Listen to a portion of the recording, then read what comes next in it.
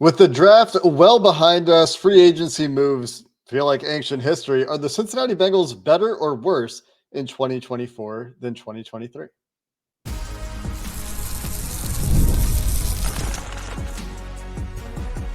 You are Locked On Bengals, your daily Cincinnati Bengals podcast. Part of the Locked On Podcast Network, your team every day. What up, Bengals fans, and welcome to another episode of the Locked On Bengals podcast. I'm your host, Jake Lisco. He's your host, James Rapine. We're on the Locked On Podcast Network here on Locked On Bengals, your team every day on YouTube, everywhere you get your podcasts. Appreciate you if you're subscribing already. If you're not and you want to stay up to date on all things Bengals news and analysis, now is a great time to do so. You can check out the Locked On Bengals Insider community that'll be very active, of course, for things like training camp and mini camp with updates that come to you without having to check social media at joinsubtext.com/LockedOnBengals. Link in the description below. Appreciate all you first listeners out there that make us your first listen every day and all the everydayers as well. And James, today we get into the somewhat nuanced conversation of, are the Bengals better or worse in 2024 than 2023? And we just played the schedule game and went game by game late last week. That was the last episode people saw. And we projected a record that is certainly better than the record they had in 2023. But when you go position by position and look at the depth chart, maybe we'll reach different conclusions about where they're better, where they're worse, and if they're overall a better or worse team in 2024 compared to 2023. Yeah, I think it's interesting because they're clearly worse in some areas. But in a lot of areas, whether it's health, whether it's the fact that you're keeping key guys, like I think they're better at receiver. I'll just start there because why wouldn't I? And we can get the quarterback if you want it, but if Joe Burrow's healthy, quarterback room is certainly better than it was at the beginning of last year because you didn't know what you had in Jake Browning. So if we get into that, we can get into that. But at receiver, I think they're better. And some are going to say, oh, well, you lost Tyler Boyd. I like Tyler Boyd a lot. And I think he was a weapon for many, many years. Last year felt off, whether it was him in the Houston game, which obviously a key drop there. But it just, the numbers are there. It looked like Tyler, but it just, something was off. I know the blocking is something that you mentioned. I know Mike Santagata has been on this about his blocking. And so I do wonder about that a little bit. Obviously, he lands with Brian Callahan anyways. But I think the platoon of Mike Gesicki and Jermaine Burton and Charlie Jones and Jamar Chase and I think all of those guys together, they're going to get more explosive. They're going to be just as dynamic, if not more dynamic. And one of these guys will emerge as that safety net, as that slot weapon that can do what Boyd did. Will it be right away? I'm not sure. But I think that the receiver room is better. Obviously, adding Jermaine Burton is a big part of that. Gesicki, I'm kind of tying him into the receiver / tight end room because I do think he's going to play a receiver role on this team. Yeah, when I think about the Tyler Boyd departure, there are a few major departures on both sides of the ball that we talk about, right? One of them is wide receivers 3 / the slot receiver. One of them is right tackle. And they really remade the tight end room largely. And they did it with volume. And we'll discuss whether that makes them better or worse when we get to the tight ends. If we're starting with wide receivers, I think drafting Jermaine Burton really elevated the ceiling of my thought process around wide receiver 3. Not that I think Burton is necessarily playing a ton of slot for you. I think he can play some. We've discussed that he did that some at Alabama. We'll see if the Bengals coaching staff sees it the same way, or if they try to continue to use him outside, which is where he's been in some of the offseason programs so far. With the absence of T. Higgins and Jamar Chase, he's getting a lot of his work on the outside.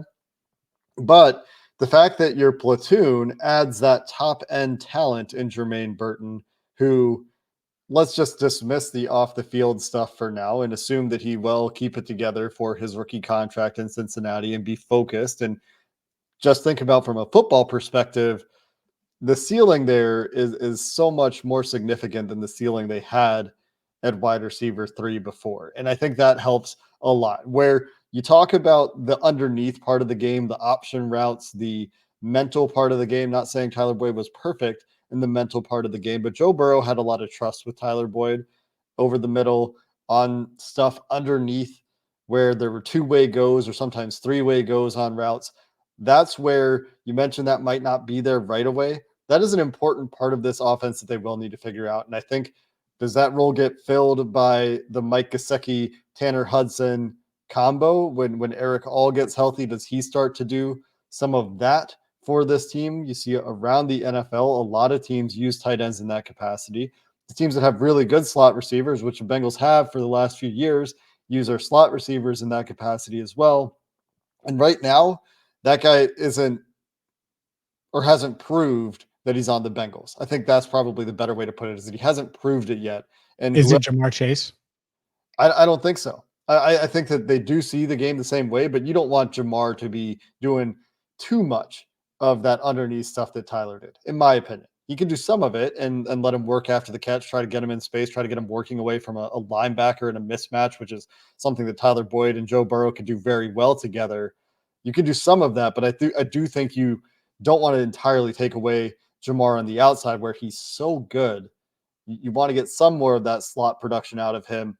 But on the reps where you want to send Jamar deep or you want to use Jamar in an outbreaking route where he's really good at those things as well, you need somebody else who can do the things that Tyler could do. And that right now, I think needs to be developed and discovered between Charlie Jones, Andre Yosevich. Trent Irwin's going to have a role. Mike Gesicki's going to have a role doing this as well. And we'll see if Jermaine Burton gets into that mix as well. So while Tyler Boyd, I agree, wasn't Tyler Boyd that we really got used to last year. I think there was a step down for him in some ways. The addition of Jermaine Burton elevates that wide receiver 3 spot.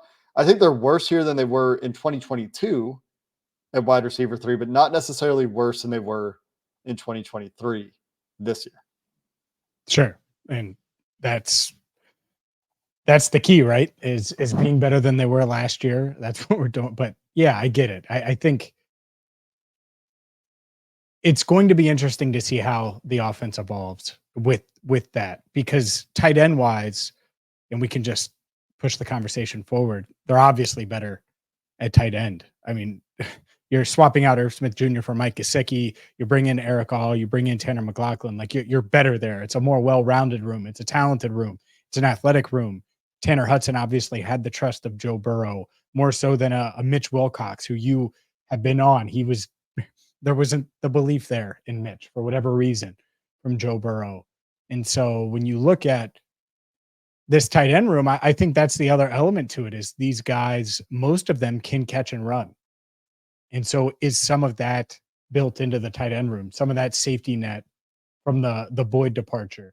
Because if they wanted to go get Hunter Renfrow, he's just sitting there, right? If they wanted this like slot guy that has done something in the NFL, they could go get it. And I don't even think they're considering that, to be clear. And it's because I think they're comfortable with all of the receivers we just talked about, plus the tight ends. And they're in as good of a place tight end wise, depth chart wise, as I can remember in the Joe Burrow era, because I think they have some higher end talent. I think Mike Gesicki's a really good player. And then you have some young guys. Like by the end of the year, who knows where Eric All is? I could see Eric All being a contributor this year, even coming off of the ACL. And I'm excited about his ceiling too. Right now, I see the tight end room is not significantly better, but certainly deeper. And it feels like it's been the same since 2021. And last year was a step back because their 1 year tight end didn't work out, where CJ Uzomah had great production in the offense. Hayden Hurst had good production in the offense. They lost Drew Sample that year, and that was Mitch Wilcox having to play a bigger role. So the depth, I think, unquestionably better this year. They have 5 guys on this roster who could all belong on the NFL 53-man roster, a NFL 53-man roster when we look up at the end of training camp. So I think the depth is better. I think the top end is similar. Mike Gesicki does offer something different. Mike Gesicki versus Irv Smith Jr. similar? No. Like 21-22 in terms of production you're going to get. Last year was a down year is what I'm saying. I think 21-22, looking at a 4-year view, yeah, they should get back to that level of production with this tight end room. That's what I was trying to get at. Gotcha. Yeah. I think that's reasonable. And Gesicki is different than those other guys, Uzomah and Hurst, but can he give you those type of numbers? I think he can. Let's continue this conversation. We obviously got to get to the offensive line, the defense, and much, much more coming up next.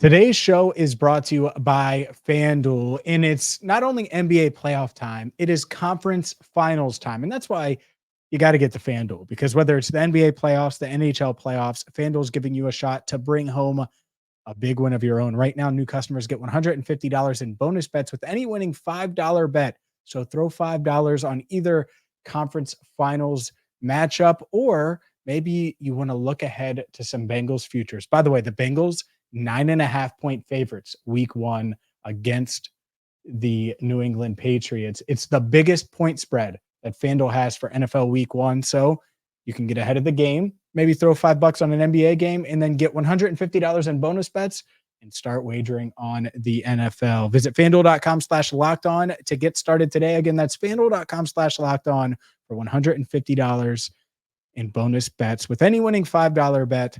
FanDuel, America's number one sportsbook.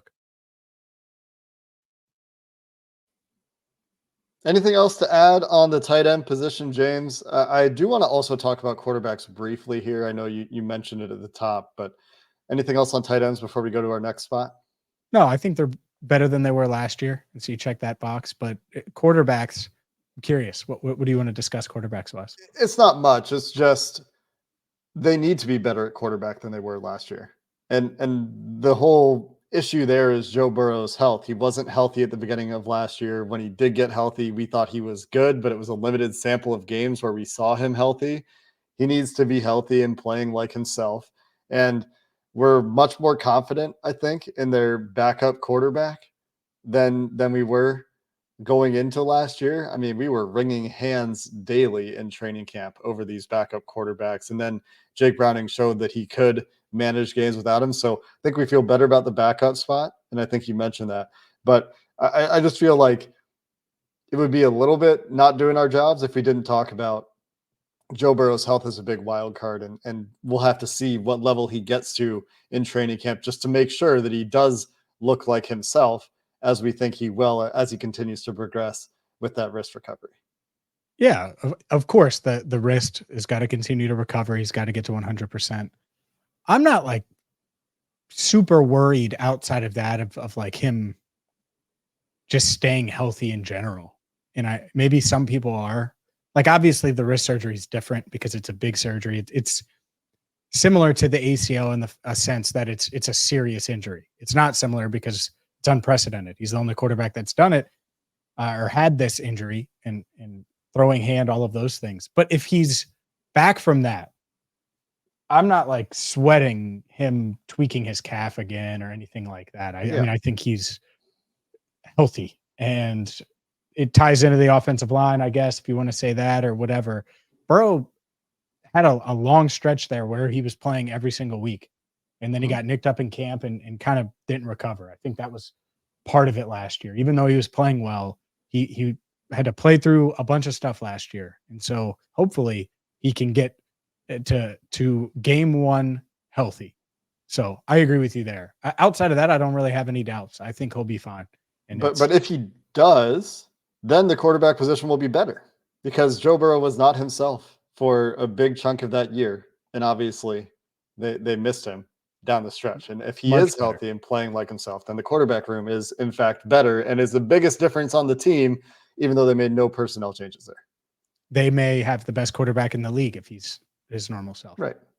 He might be that, because we were saying that last year too, going into camp. Like, man, you remember the quote he said, I want to be the best player in the world.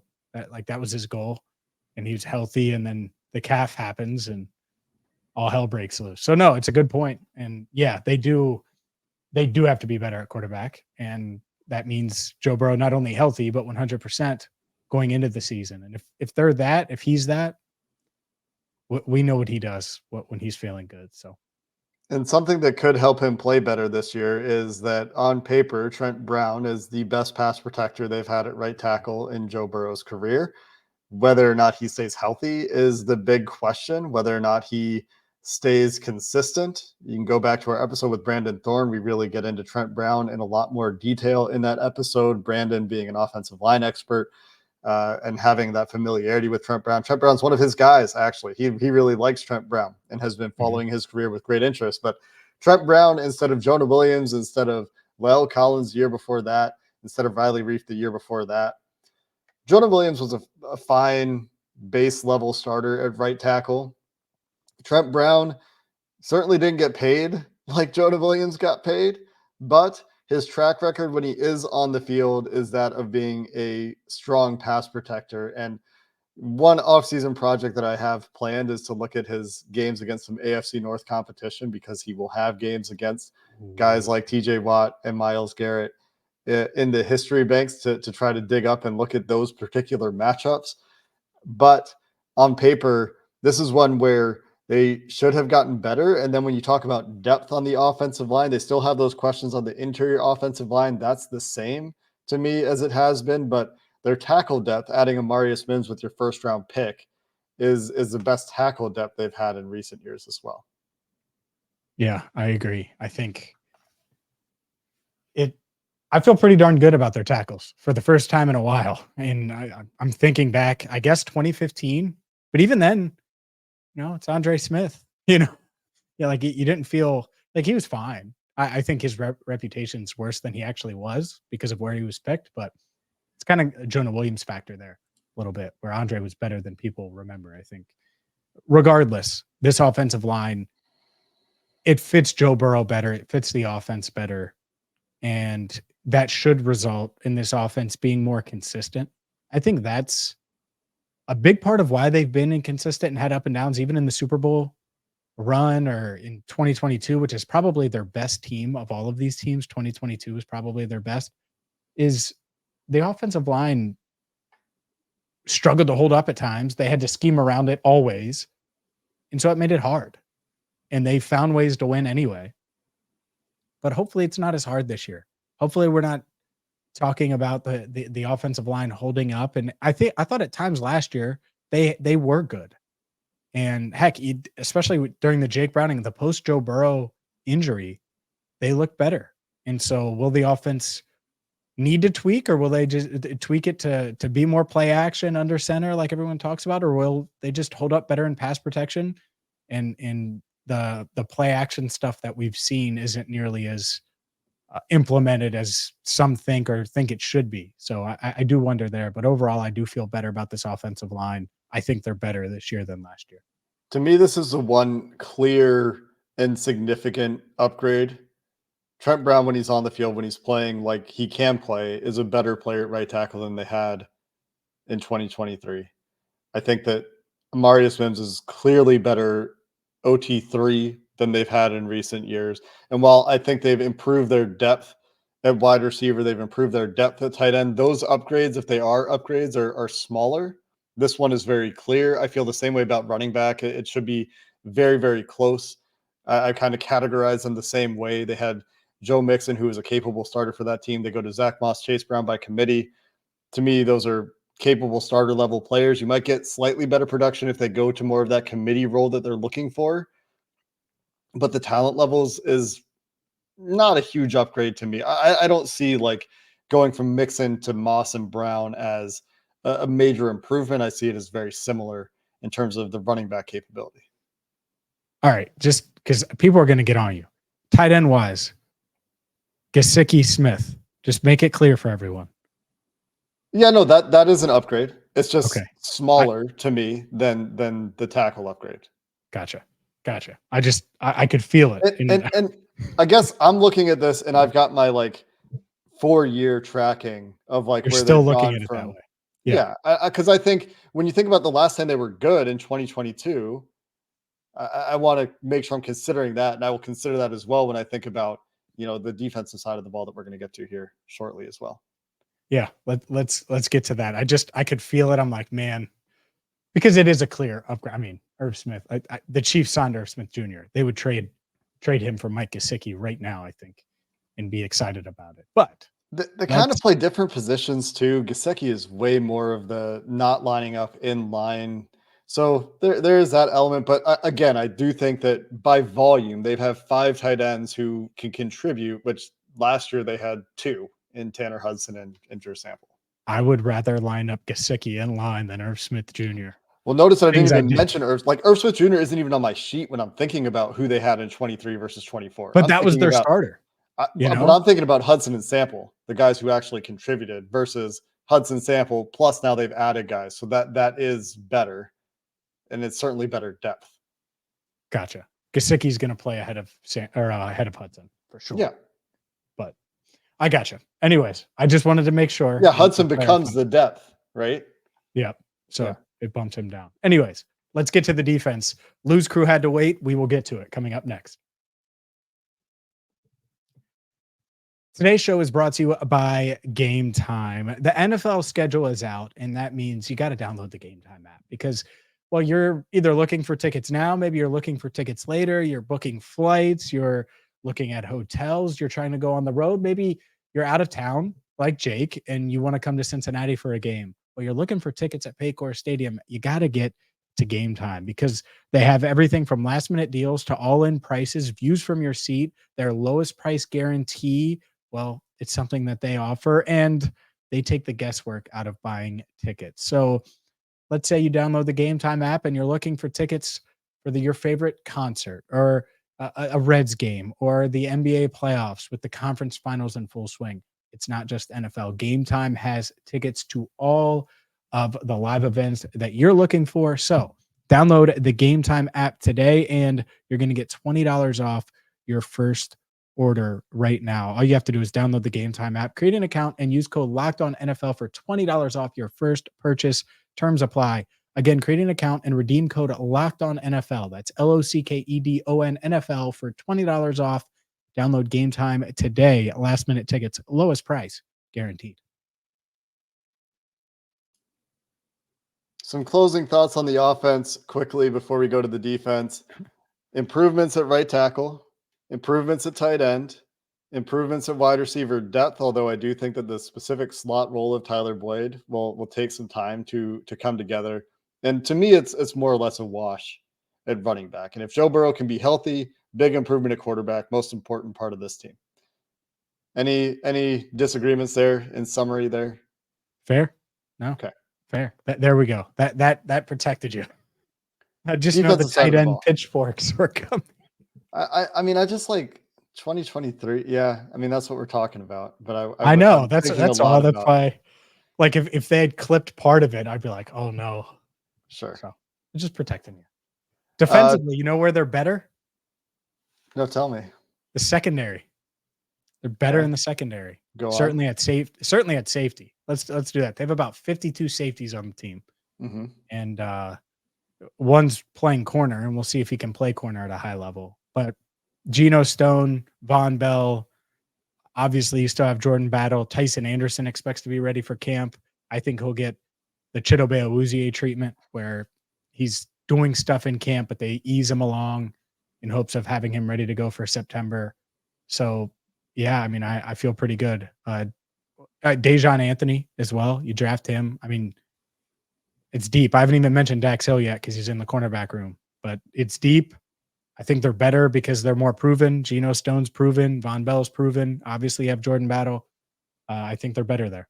If Geno Stone can reprise his Baltimore 2023 performance with the Cincinnati Bengals as a deep cover safety who's making plays on the football, who's a good cover safety, then they're better at free safety. They're better at the quote unquote cover safety position. And I know there's variability in both safety spots have to do some of that, but Dax, for all of his upside and ability, did have just too many issues, I guess, in coverage last year to see Geno Stone as anything but an upgrade if he does reprise his 2023 performance. So based on both players' 2023 performances, Geno Stone should improve your safety consistency and your safety cover play at that position. And he's directly replacing Dax Hill. So that's the comparison. The other safety spot, Von Bell, Jordan Battle replacing Jordan Battle and Nick Scott. And Scott played deep early, though. He did, but that's the other change, I guess. They were more. You're right. He did play deep early, and that's because that's when Dax was thriving, and then they were like, "Man, Nick, get closer to the line of scrimmage and miss some tackles," and that's what he did. So maybe that's it. Maybe it's Geno Stone, and it's kind of a combination. It's a combo. No, it is a combo. That's why I think he's an upgrade, because I think he's clearly going to be better than you have a what solid those two plan put together. Yeah. And so Von Bell's going to be in the Von Bell role if he's playing. Jordan Battle is going to be probably in a similar role to Von Bell or Jordan Battle if he's playing. And how that shakes out will be interesting. If Von Bell's back there, you can probably assume the communication will improve. If Jordan Bell is playing safety, then he's learned enough that communication should improve. Communication, like, it's hard to imagine it being as bad or worse than last year in the secondary for a second year in a row, with these guys being more experienced, with having Von Bell back in the building. That's hard to imagine. So they should be better at safety, especially with the Geno Stone addition. And Jordan Battle, if he's playing, just getting that year of experience should be better, or if it's Von Bell, having that experience should be better. But physically, I don't know if Von Bell is a better player than Jordan Battle in terms of his ability to make plays on the football field. But he does have that veteran experience and exposure to Lou Anarumo's system that would give you confidence if Von Bell is playing, especially early in the season. So that's the safety room. At corner, they lose Chidobe Awuzie. Yep. What's that? Corner's interesting. Go ahead. Yeah. So you lose Chidobe Awuzie. You still got Cam Taylor-Britt. That one's consistent. DJ Turner started the year okay, ended the year pretty poorly, is going to be competing most likely with Dax Hill. Mike Hilton is Mike Hilton. That's the same. That's great. But that third spot, I don't think we know yet. You would hope that DJ Turner is better. You would hope that if Dax Hill is in this competition, that he has the opportunity to be better than the Awuzie-Turner combo was last year. You would hope that Cam Taylor-Britt is able to take a step and be better, but I don't think we know yet, even on paper, that they've improved at corner. And that to me is a bit of a concern. And one of the areas on defense that one of two big areas on defense where I'm like, all right, we'll see. But that could come back to bite them.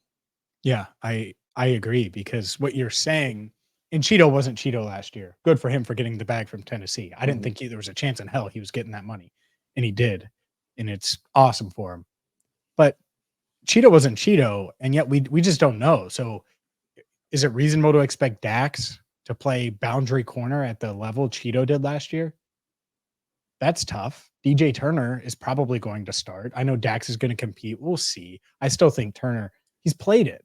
You know, I think he's clearly the favorite. If we looked at the FanDuel odds, which I'm not sure there are odds on that, but if there were, I think DJ Turner would be the favorite. And so can that combo be better? They certainly can be more athletic and move better. They're younger, they're healthy, all of those things. But yeah, you need DJ Turner to take a step, and then you need Dax to be a hit there. Otherwise, you know, you're hoping DJ Ivy comes back from the ACL. You're hoping that Josh Newton is able to come in right away and contribute, and maybe he can. But those are all question marks. So really, it's Cam Taylor-Britt, Mike Hilton, and then questions. And the player with the fewest amount of questions, I think, is DJ Turner, because we've seen him, and I think he can be a good player. But you're right. It was kind of like Dax last year, where he started strong, and then by the end of the year, he was giving up plays, and we were kind of wondering where and how he fits. And the team is very confident in Cam Taylor-Britt, but Cam Taylor-Britt is more or less playing like a CB2 right now. And so if he does take a step, that's a huge shot in the arm. And they seem to think that he can play like a CB1 for them and be that kind of player. But comparing to like the last time they were good, when it was Jesse Bates at safety and Von Bell at safety, Chidobe Awuzie hadn't had the ACL injury yet.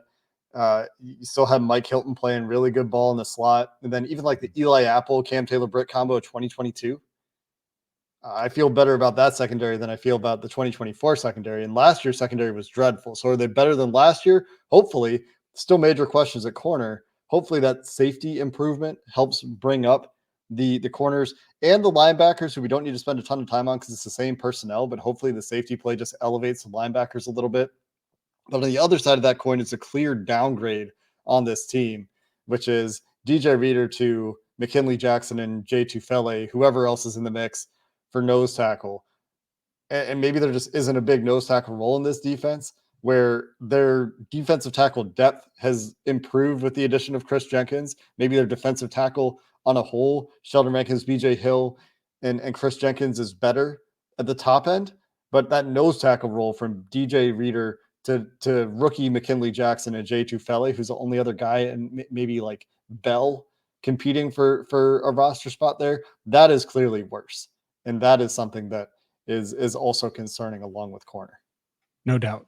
And those go hand in hand to a large degree. You're hoping that they can find a way to stop the run enough without it and without a DJ Reader, and at the same time be good enough against the pass to hold the fort down and let Trey Hendrickson and hopefully Chris Jenkins take a step forward as a pass rusher, and Miles Murphy take a huge step forward in year 2. We'll see. I wonder. I do wonder. Sam Hubbard being healthy. You hope all of those things help out. But yeah, losing DJ Reader sucks. And the thing is even if they had re-signed DJ, we'd be having the same conversation. It would just be, will DJ still be DJ? When can he come back? When will he be able to get back to his old form coming off of that injury? And that's what stinks, is it's not just losing him. It's losing him. And even if they had signed him, it would have been a question mark. Even if they had drafted McKinley Jackson, we'd be talking about it that way. So I'm not sure there was a real obvious solution outside of trying to find someone in free agency. And obviously they didn't bring in a ton of free agents because there just weren't many nose tackles out there that they liked. Yeah. And so it changes. You add Sheldon Rankins, who should improve your pass rush ability on the interior. You add a defensive run game playmaker in Chris Jenkins in the draft, who should be able to help you a little bit in the run game, but it's just going to look different. But anytime you lose a blue chip player, like when they lose Jesse Bates in 2022 to 2023, they got worse at safety. And we didn't acknowledge it probably as much as we should have at the time, thinking they'll figure it out. They'll cobble through. They got Dax Hill, first round player, who's been working at safety for a year. When you lose a blue chip player like DJ Reader, the impact is probably felt. Even retaining DJ Reader, we would have some questions when you talk about whether the team is better or worse. They no longer have 2023, 2022 DJ Reader, even though there were health questions for him along the way. When he was on the field, there wasn't really a question as to his ability. The only thing we haven't really discussed more than in passing is the edge rusher position. And you mentioned Sam Hubbard being healthy. That should help. And you hope to see a second-year leap from Miles Murphy. But some of these things are things that we're going to have to see to believe. It's hard to project where it's not obvious that things are better. But you would hope that a second year for Miles Murphy also improves them there. So some clear upgrades, a couple of spots where there are downgrades or questions. And honestly, the big concern is on the defensive side of the ball for me, James. That's kind of the summary as to where they're better or worse in 2023. The biggest questions outside of, is Joe Burrow going to be Joe Burrow, which we think the answer is yes, or on the defensive side of the ball? Yeah, they need Miles Murphy, DJ Turner, Dax Hill, Jordan Battle to a degree.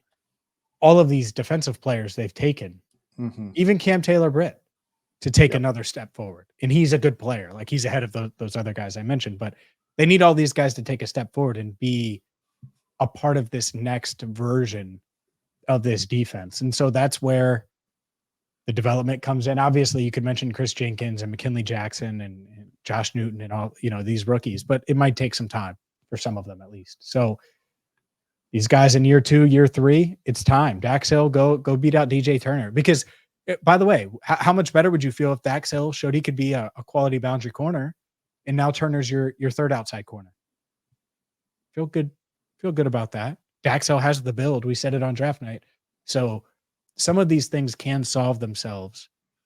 Not all of them. They're not going to be a perfect team, but some may be able to solve themselves. So we'll see if they can. Yeah, the recent draft picks, the premium draft picks, where we've been waiting to see Brian Callahan in previous years for draft press conferences. Like, those draft picks need to pay dividends at some point. And this would be the year for the last couple of years of draft picks on the defensive side of the ball to step into those starting roles and really embrace them and take those steps, as you mentioned. That's going to do it for this episode of the Locked On Bengals podcast. This team goes as Joe Burrow goes. We all know that, but there are some questions that we brought up and some improvements that should help the team continue to go as Joe Burrow goes on the offensive side of the ball. Until next time, thanks for listening to this episode of the Locked On Bengals podcast. Hoo day, and have a good one.